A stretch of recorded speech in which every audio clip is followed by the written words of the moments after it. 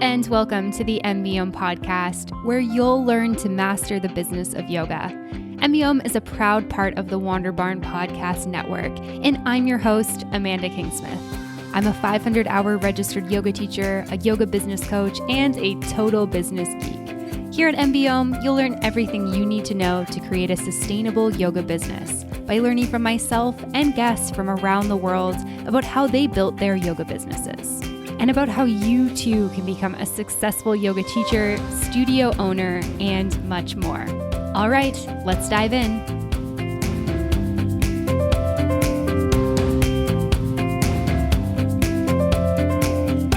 Hey friends, I just wanted to pop in and talk a little bit about M.B.Om behind the scenes. When I entered the yoga world as a teacher, I was surprised by how many yoga teachers were struggling with the business side of yoga. And that's why I created M.B.Om. M.B.Om helps yoga teachers and studio owners become entrepreneurs. It helps you to go from surviving to thriving with your yoga business. I am on a mission to change the yoga industry, to teach yoga teachers and studio owners about the business of yoga, and to help you feel more confident, successful, and abundant. After releasing hundreds of podcast episodes, I want to create content that dives deeper into helping yoga entrepreneurs thrive and elevate their businesses. This is where M.B.Om Behind the Scenes comes in. Each week, you will get bonus content from the weekly guest or myself, diving deeper into how you can take the teachings and apply them to your business. This podcast is designed for yoga teachers and studio owners who are ready to take it to the next level. If you enjoy M.B.Om and have been looking for an affordable way to learn more, this is it. For the cost of 2 lattes per month, you will get never-before-heard content that you can't access anywhere else that will give you tangible ways to dive deeper into your yoga business. If this sounds like something you're interested in, let's dive in. Head on over to patreon.com/MBM yoga and sign up to get behind the scenes now. Once again, that's patreon.com/MBOM yoga to get all the exclusive behind the scenes content. I'll see you there. Hello, friends, and welcome back for another episode of the M.B.Om podcast. I'm really excited that you're joining me for today's episode of the show. And this episode is brought to you by OfferingTree, an all-in-one, easy-to-use online business platform that I've been working with for years. If you're looking to save time, energy, and money, check out OfferingTree. Don't forget to grab your special discount at offeringtree.com/MBOM. But for now, let's dive into today's episode. And this week on the podcast, I am thrilled to be joined by Jaffer Hussain. Jaffer is a fellow Canadian as well as a yoga teacher who took his yoga business online over the last year and created a virtual membership program to expand his revenue streams beyond teaching at yoga studios. And what's really cool about Jaffer is that his virtual membership isn't just like any other yoga membership. He actually created his membership based around audio. So audio classes as opposed to video classes. So this experience really allows him to keep his body safe while also watching the students to keep them as safe as possible. So he relies entirely on his voice and his audio cues to guide his students into poses. And so in this episode, we're going to talk about what it's been like to pivot his business, how he's done it, why he decided to do it the way he did, how it's been going, and then a little bit about what he learned along the way. So I hope that you really enjoy this episode and maybe get another interesting or cool idea for how you could take your business online. And without further ado, here is Jaffer. Maybe let's start with a little bit about your yoga story. Can you tell me a little bit about how you got into yoga and what inspired you to become a yoga teacher? Yeah, I got started in yoga through a path in retail. I was working retail for a long time. I did all in all about 12 years in retail and retail management. And I stumbled upon Lululemon, not knowing anything about them really. And a friend of mine had just said, this might be a cool place for you to check out. And so there's a long story into how that ended up getting me there. But I kind of just started working at Lululemon, and I had a really great retail background, but I knew nothing about yoga. And so I basically walked in and said, I really want to work for you guys, but I don't really know anything about what you actually do or yoga. But I was looking for a path back to wellness because I think I had lost that a little bit in the retail industry. And Lululemon kind of fit that mold for me and was my introduction to yoga almost 11 years ago now. Wow, that's amazing. I also worked for Lululemon, and it was at Lululemon that I actually did my yoga teacher training. So that's really cool to hear that we've got sort of that similar part of our path. Did you end up doing your teacher training while you were working for Lululemon as well, or what did that path look like? No, so I had kind of gotten into, this unique intro to yoga, as you must have experienced as well with Lululemon, where you get to try all these different types of classes. It's not your traditional path where you just go to one studio and sign up for a membership. But with Lulu, you can try every style of class at every studio in your neighborhood and really get this diverse introduction to the practice. So I had really fallen in love with it and realized that, maybe one day this could be a path for me. But I also loved working at Lululemon. So at the time, I ended up really kind of setting my goals around growing with this company.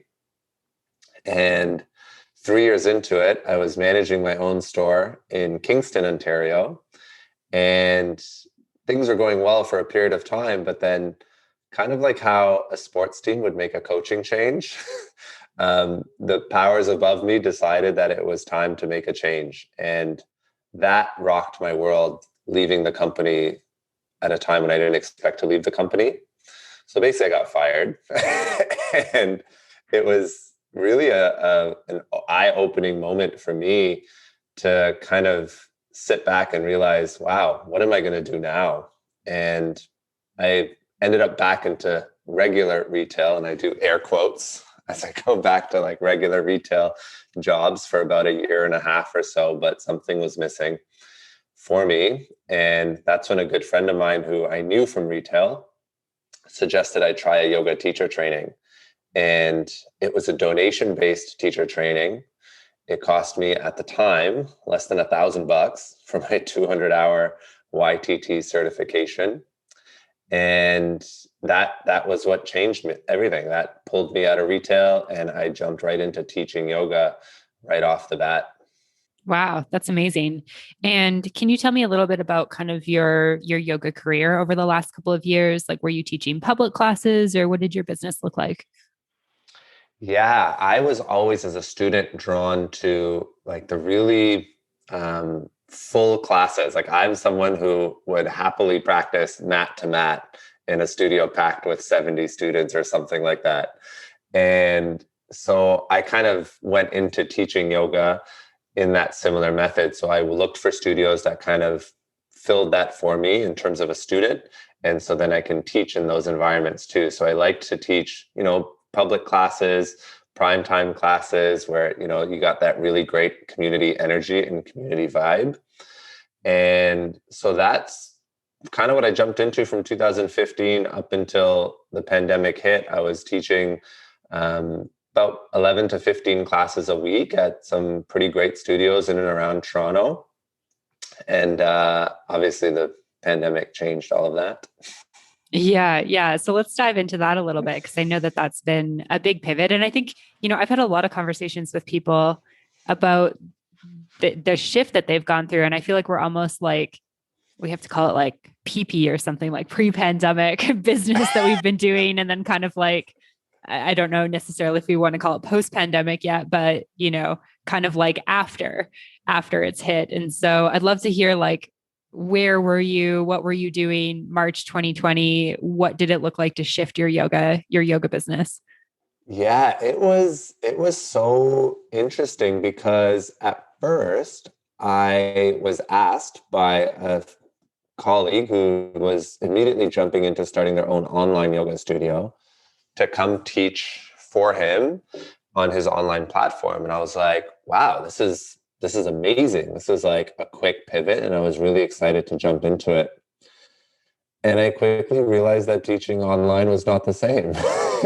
And I really did not enjoy it. I did not resonate with teaching online, not being able to see people with their cameras off. And there was just the whole community and connection piece of teaching was absent. And so I ended up stepping away from it and spent a good 2 months not teaching any classes. That gave me some time to reflect. And then I started to invest some time and energy into redoing my website because at that point I was doing everything on my own. And so I went that route and just started to work with somebody who's also in the yoga world to kind of redesign my website and redesign what my offerings would be. And that's when we came up with the idea to take my audio classes that I was already recording at the time and sending out to a newsletter community. And we turned that into a virtual membership offering and launched it at the end of July, somewhere in July of last year. Yeah, it's really interesting because I think one of the major shifts that's kind of happened for teachers is that with this online world, it kind of means we have to demonstrate a lot more, which is really not even how we're trained as yoga teachers, or at least not how I was trained. I mean, my last teacher training that I took focused on basically not demonstrating, like using our verbal cues so well that you don't need to demonstrate unless you're intentionally wanting to walk your students through something. And I think this shift is hard when all of a sudden you're like trying to cue, you're trying to breathe, you're moving with your students, you're trying to like kind of watch them on the screen. But like you said, some of them have their videos off, which then poses this additional challenge. And so I'm curious, like, did you go through kind of trying that aspect of it before you realized, like, okay, audio is like the way I'm going to go with this? Or what was that like that journey like? Yeah, I felt the pressure in the beginning to demonstrate for these online classes. And because I was so new to that, I never taught that way in public. Um, it wasn't long before I had a back injury that kind of knocked me out for 2 months in the summer, and I couldn't practice yoga at all. It wasn't just the demonstrating; it was also, my entire like physical wellness practice had shifted, and I wasn't doing the same things that I normally would do to take care of my body because those avenues weren't there, like a steam room or a sauna room or going for a massage or whatever it was. All the things that I did to take care of my body had disappeared in the early stages of the pandemic. So once I got injured, I realized, okay, I can't demonstrate, but what if I just sit in front of the computer and teach? And what if I just ask people to turn their cameras on while respecting their privacy and let them know why it's important for me as a verbal teacher to be able to see their practice? And that really wasn't as difficult of a conversation as I imagined it to be. And most people were like, yeah, I'll turn my computer screen on because I know the way that you teach, I don't even have to look at the screen. So I know no one's going to be looking at me anyways. And that opened it up to, okay, I can just prop myself on a bolster or meditation cushion and teach. And watching them move in real time, sometimes on a delay because Wi-Fi can be tricky, um, really opened the door to be like, okay, I can teach the same way. And students were getting that same experience that they got from me when I taught in class, minus the sweet hands-on assists, of course, but one day we'll get back to those. Yeah, yeah, and obviously the energy in the room is a big piece that I think we miss. And I think that a silver lining of this whole situation, I think, is the fact that we've realized as yoga teachers that we have this opportunity to reach people outside of our geographical constraints. Yet I think that most of us are pretty aware that online is not the same as in person. Like you just don't get the same sort of like energy in the room. And sometimes I really need that as a teacher and a practitioner, especially as a practitioner. Like if we're doing a class that's hard, I need that energy of other people to be able to convince myself to keep going. When I'm just at home in my pajamas, I'm like, there would be a snack in the fridge that I could go get right now. You know what I mean? That's what I felt when, I was teaching to just a bunch of black squares. I was like, I don't even know if anyone is there. Like I couldn't feel any kind of, feedback from them. So at least with, even if one person's camera's on, I can see, I may not be able to hear, but if I crack a joke, I can see if they're smiling, if I can, get a thumbs up or, I can see their bodies respond in real time to my cues. So it makes you feel like you're connected. And I truly believe that when you're teaching this way, in response to how your students are moving, they can feel it, whether it's in person or through a screen. They can feel when your cues are synced up with their movement. and everything just feels seamless and natural. Yeah, yeah, absolutely. And so you shifted to this model of like the students turn on their screens, you're sitting, you're verbally cueing them. How did that kind of like spur the idea for creating audio only classes? Yeah, so I feel super fortunate because the audio classes became, I started it maybe I think a year and a half, 2 years before the pandemic, as a kind of as a way to build a newsletter audience. I thought, social media wasn't something that I was really excited about building and using as a method to promote my classes and what I was up to. And I felt a newsletter, I could share more information, not just about yoga, but about my life and create a more intimate community. So instead of going for 10,000 Instagram followers, I was like, what if I just had 1,000 newsletter subscribers? And so I started to build that. And one way that I got people to jump off social media and sign up for my newsletter was that they got one free audio class a month. So all I would do is just hook up a microphone to me once a month at whatever studio I was teaching, hit the record button, no editing, nothing was cut out. It was just a raw live class and the audio of it. And so people seem to really enjoy that. And then all of a sudden, when the pandemic hit, I had been doing this once a month for about 12, 13 months now. And so studios were super generous and promoted, what all of their teachers were up to during the pandemic so people could stay in their practice. And I saw my newsletter list go from 400 to 700 in that month of March because people were looking for some ways to stay connected to their yoga practice. And then that's when I realized the only feedback I've ever gotten from students is more audio classes. No one ever asked for video. They just loved the uniqueness of the audio class. And they always just asked for more audio classes. So that's when I was like, okay, why don't we give that, still get one free class a month, but then for $10 a month, they get access to all the previous recordings, plus a second class a month. So a little bit of extra value. And if you still want to just do the free class a month, you still get a free class a month as well. So that still stayed. So it was such a natural progression for me to make this shift because it felt like I was doing the same work already. So I felt super fortunate that I had started a newsletter when I did, because I felt like it prepared me for this. Yeah, absolutely. Yeah, I'm a big fan of yoga teachers having email newsletters, even like yourself, if they're working at yoga studios and stuff like that. So I think that it's really cool that you already had that and you were able to kind of leverage that to create this membership.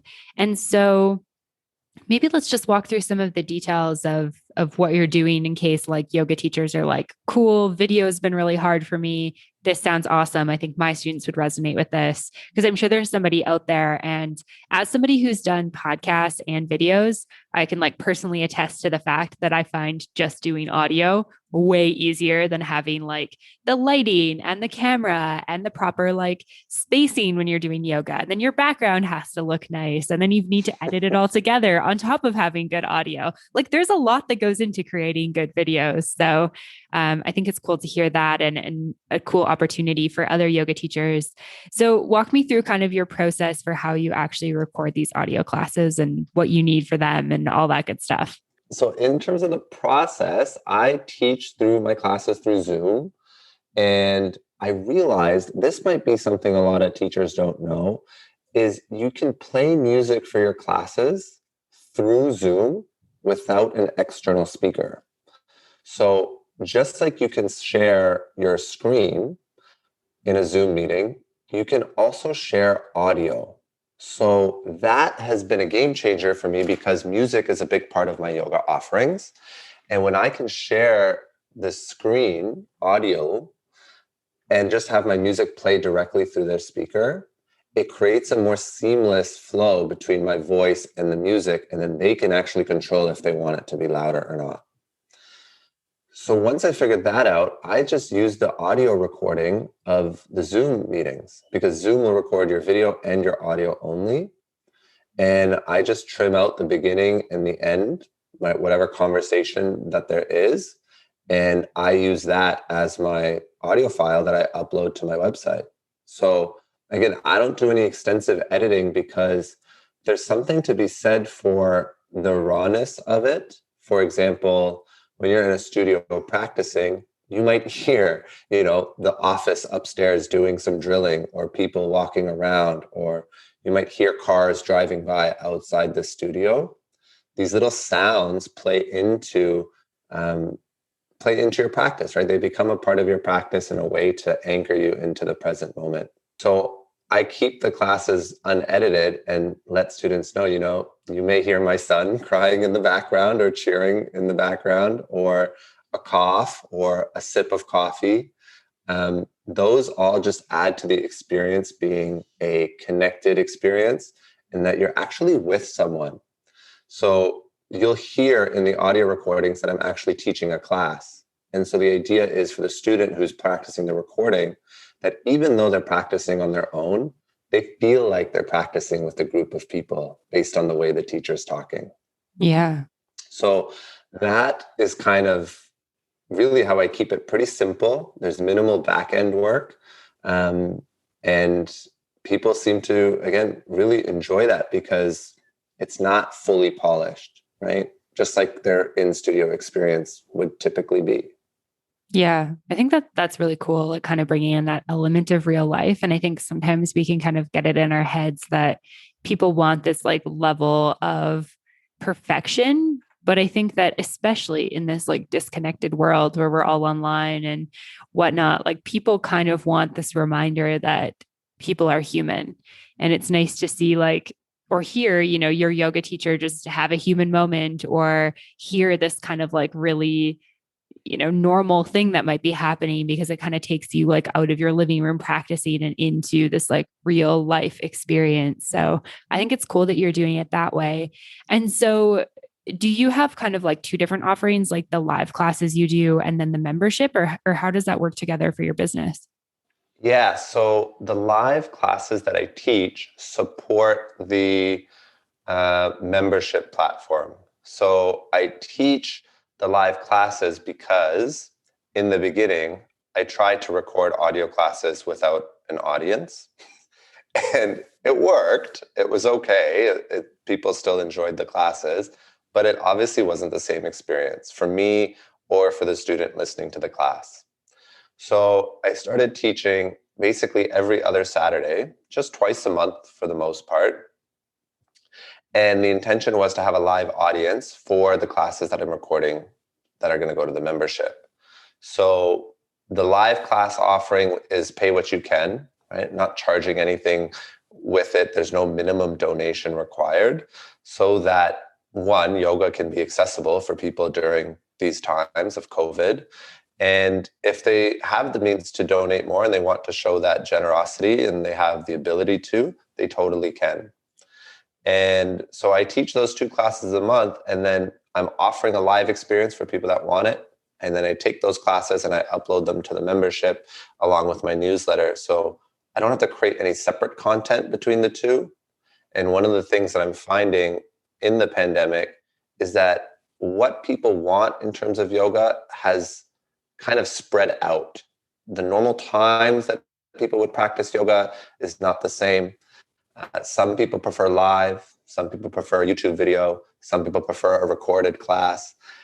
The spectrum and the ways in which we can offer yoga is so vast now that you kind of have to find a way to cater to as many people as possible in your offerings.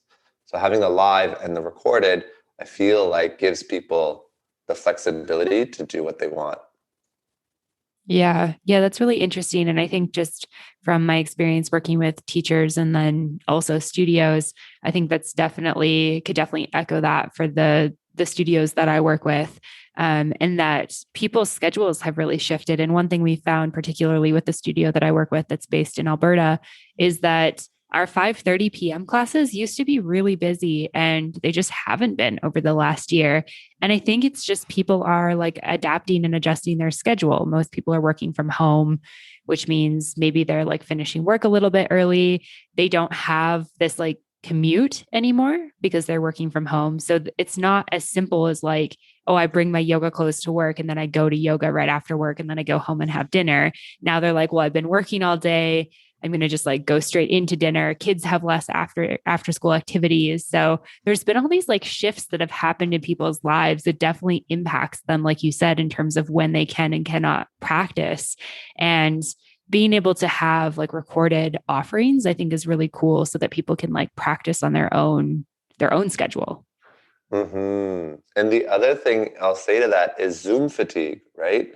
By the end of the workday, they've just spent their whole day in probably different types of meetings and all on their computer. So when their workday ends, the last thing they want to do, I find, is stay online and continue to look at the screen for their stress relief.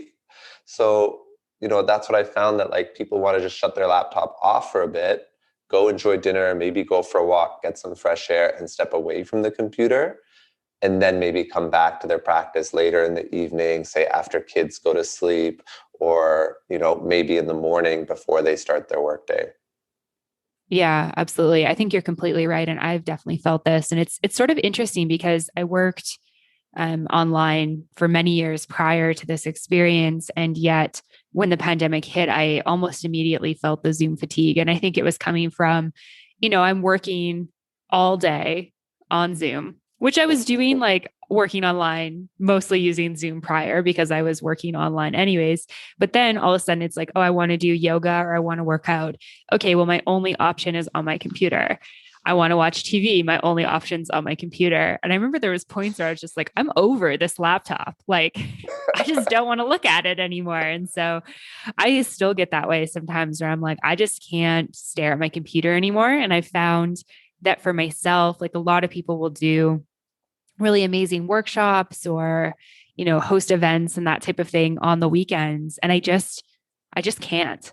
I'm like, my weekends are a time where I just can't be on my computer. Like I cannot look at it for any more hours in the week. So I'm definitely feeling that 100%. Yeah, and that's the perk I find of promoting my audio classes is I can tell people, yeah, log into Zoom, but then put your laptop somewhere else. Turn your phone face down. Like you don't have to look. Just log in and listen. And that's the beauty of doing the live audio classes or the recorded audio classes is you can just pop your headphones in, noise canceling, so you don't hear your kids running around, and just get on your yoga mat and practice for 30 minutes or 60 minutes or whatever you have the time for. Yeah, absolutely. I love that. I think that's such a cool idea. And in terms of like equipment and stuff like that, is there any particular equipment that you had to purchase or that you've been using to kind of make this work for you? Yeah, I mean, not really. Again, it's pretty minimal. I just have a ring light so that, if people do need a demonstration and I can see that, I will definitely jump on my mat and demonstrate, especially for my private virtual clients. But I just have a ring light tripod that has the holder for the phone. I use my laptop. And then if I'm using video, I will set up the video through my iPhone camera because it's better.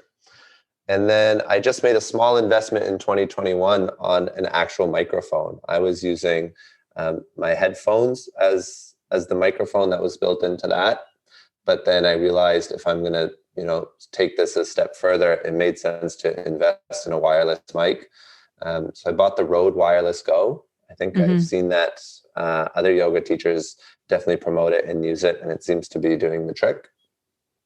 Yeah. Yeah. It's a great microphone. I think one of the things we had issues with from the studio side starting out was microphones. And so many microphones, like lapel mics, are designed for like course recording or speaking gigs. They're not designed for like 30 plus hours a week of yoga teachers like hopping on their mats and rolling around and stuff. And we went through a number of mics with the studios that I work with over the first couple of months. And then both studios landed on the Rode Wireless Go. And it seems like it's doing well. I should probably knock on wood, but it seems like it's doing well so far.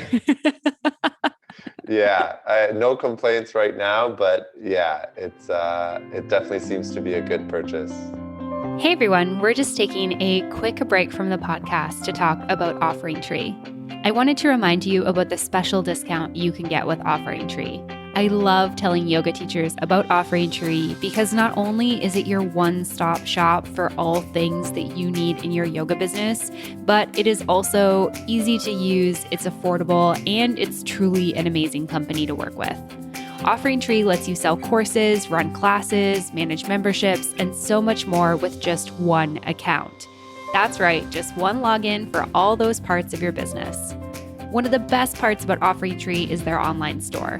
You can sell digital content like yoga videos, challenges, and courses right from your website. If you're teaching yoga classes and looking to level up, selling digital content is the next step to growing your business. Over the last year, we've seen so much pivot and change happen in the yoga industry, and having your own unique yoga business where you offer your students different course material can be so beneficial in creating a sustainable business with diversified income. And while there's many different platforms that you can create courses on these days, OfferingTree's course tools are easy to use and they're really affordable. And if you have a website you already like, you can still use OfferingTree. But there's one other thing I want to tell you about OfferingTree that makes all the difference in the world to me and probably to you too. They're a company that truly cares about yoga teachers and the wellness industry overall. I chose to partner with OfferingTree because I love the product and I love the people.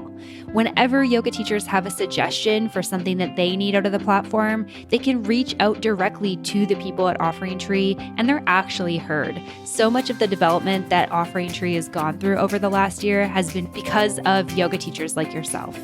So if you're looking to save time, energy, and money in your yoga business, OfferingTree is hands down the software for you. Go to offeringtree.com/M.B.Om to learn more and get your discount. Okay, let's get back to the episode.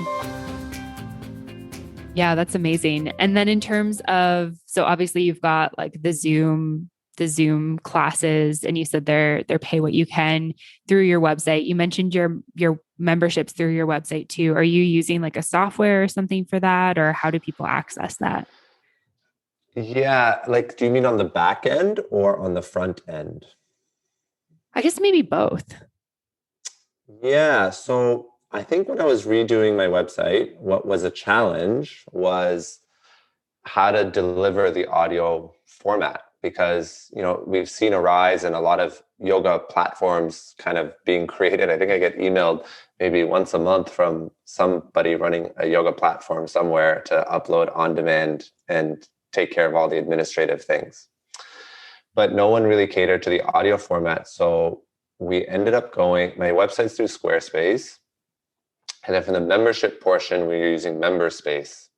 And I originally looked at Patreon and Podia and then landed on MemberSpace because of easier integration with Squarespace and the fact that with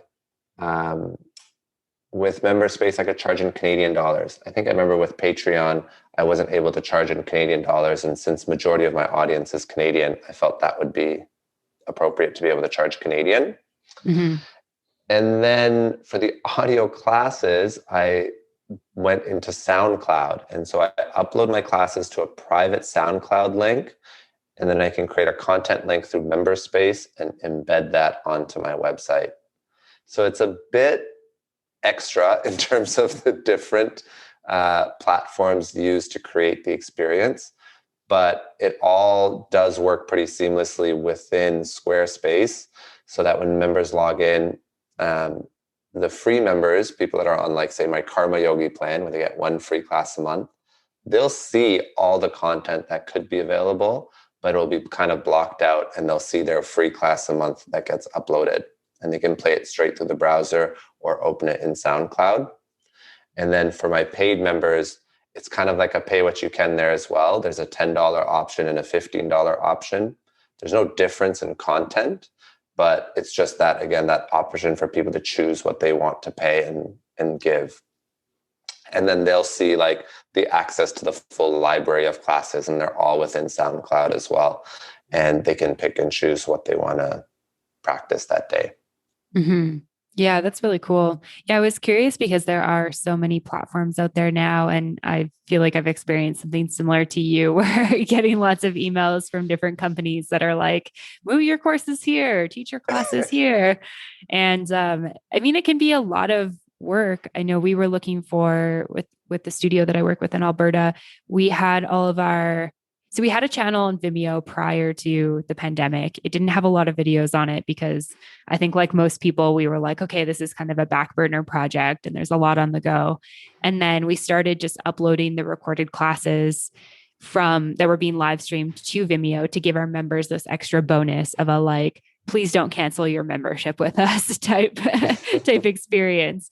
So everything was live streamed and then recorded and uploaded. And we just felt like it wasn't super organized. So we wanted to switch platforms. And we did a lot of market research to determine like what platform to use. And I knew there were a lot of platforms out there, but as I dove into it, I was like, oh man, there are so many, which is amazing. But then it also provides this sort of like decision fatigue and overwhelm where you're like, what's the best one for what I'm doing? So it's cool to hear how you've set it up and how you've set the payment up and all of that good stuff. So thank you for sharing that.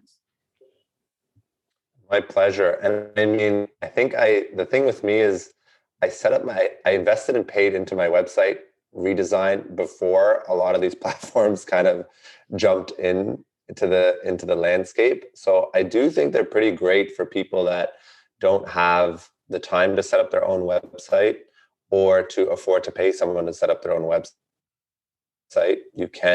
A lot of them, you can just kind of seamlessly create your own kind of branding within them and upload all your content. So I think it's great that that some of these companies are out there and yoga teachers can really jump into entrepreneurship and take control of their own offerings. Yeah, absolutely. I completely agree. And I'd love to hear, you said you launched in July 2020, so it's been I guess a little bit over 6 months. I'd love to hear like how it's been going with the membership, what the feedback you've been getting is and all of that. Yeah, it's been a steady growth, and I think what's been most interesting is that before the pandemic, as a yoga teacher who is in his fifth and sixth year of teaching in within one community within the city of Toronto, um, I was only relying on my classes, my public classes, and then my yoga retreats. So I only had two streams of income really. And now with the pandemic, I have way more streams of income for smaller amounts. So my membership, I have somewhere between 50 and 60 paid members. And so that generates, about $500-600 a month. And then I have, a couple of private clients that generates a certain amount of money a month. And then I have my pay what you can classes that generates a certain amount of money a month. And so it's kind of neat to have all these different things contributing towards the same pie. And I've really, knock on wood, since about January, my monthly revenue has totaled about the same, if not more, than what it was pre-pandemic. And I think that was such an eye-opener to realize, wow, there's all these different ways to explore, adding to your income portfolio as a yoga teacher and not be so heavily reliant on one area.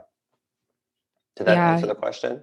Yeah, 100%. Yeah, that was awesome. And I think that it's really cool to hear just how you've been able to bring in different streams of revenue, where it's coming from. And then also to hear that, going into 2021, you've been able to make at least the same amount, if not more revenue than you were making previous to this with, teaching, I think you said like 15-ish classes a week at studios. And I'm sure it requires probably a lot less time and energy in terms of like coming and going places. Is that right?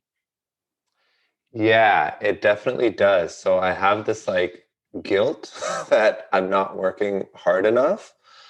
But what it's opened up is I actually just have so much more space to think outside the box and think creatively and offer yoga in a way that, I've never offered yoga before. So I've run 2 virtual yoga retreats now in the last 4.5 months. And I ran a 30-day meditation challenge for the first time ever. And those are really unique things to kind of dream up and create and offer that I never would have imagined, 12, 13 months ago. Yeah, that's really cool to hear. I'm sure too. I know you've mentioned that you're a parent as well, and I think you're a parent of a pretty young kid. Is that right? Like a toddler? Yeah, 16 months. Okay. I don't have kids myself right now, but I've heard that that's a pretty fun age and also a busy age. They're into everything. So I'm sure having more time with your kid is probably like a pretty big benefit to that too.